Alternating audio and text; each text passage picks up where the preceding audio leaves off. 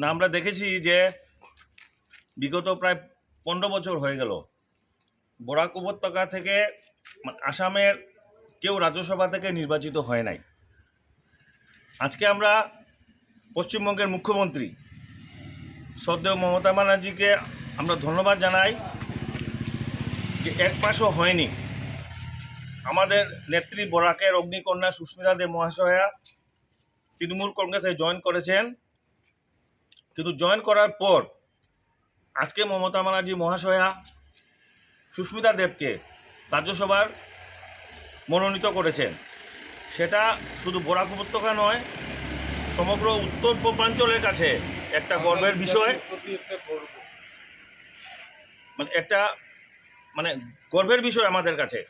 তিনি উত্তর পূর্বাঞ্চলের জনসাধারণকে একটা সম্মান দিয়েছেন, যেটা বিগত 15 বছরে সন্তোষ মোহন দেব যে জিনিসটা করেছিলেন, প্রাক্তন সাংসদ কমলেন্দু ভট্ট এবং কর্ণেন্দু ভট্টাচার্যকে 2 বার রাজ্যসভার সাংসদ দিয়েছিলেন সন্তোষ মোহন দেব। তারপর থেকে কিন্তু অনেকে অনেক কথা বলেন, কিন্তু বরাক উপত্যকা থেকে রাজ্যসভার সাংসদ পদে কাউকে দেননি। সুস্মিতা দেব জিন্দাবাদ, জিন্দাবাদ, জিন্দাবাদ, মমতা ব্যানার্জি জিন্দাবাদ, মমতা ব্যানার্জি জিন্দাবাদ, আমরা কৃতজ্ঞতা জানাই। আজকে আমরা কৃতজ্ঞতা জানাই মমতা ব্যানার্জি মহাশয়কে যে উত্তর পূর্বাঞ্চল এবং বরাক উপত্যকার জনসাধারণকে তিনি সম্মান দিয়েছেন। আমাদের নেত্রী সুস্মিতা দেবকে তিনি রাজ্যসভার সংসদ পদে নির্বাচিত করে উত্তর পূর্বাঞ্চল এবং বরাক উপত্যকার মানুষকে তিনি সম্মানিত করেছেন এবং গৌরবান্বিত করেছেন।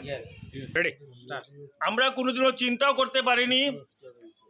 আমরা দেখেছি সন্তোষ মোহন দেবের নেতৃত্বে বরাক উপত্যকা থেকে আসামের রাজ্যসভায় নির্বাচিত হয়েছেন, কিন্তু আমরা কোনোদিন চিন্তাও করিনি যে আসাম তথা বরাক উপত্যকা থেকে একজনকে পশ্চিমবঙ্গের মতন রাজ্য থেকে রাজ্যসভার সাংসদ পদে নির্বাচিত করেছেন।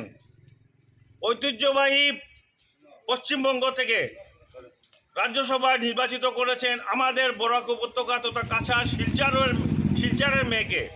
তার জন্য আমরা আমাদের তৃণমূল কংগ্রেসের প্রত্যেকের অন্তরের অন্তঃস্থল থেকে আমরা মমতা ব্যানার্জি মহাশয়কে আমরা ধন্যবাদ জানাই।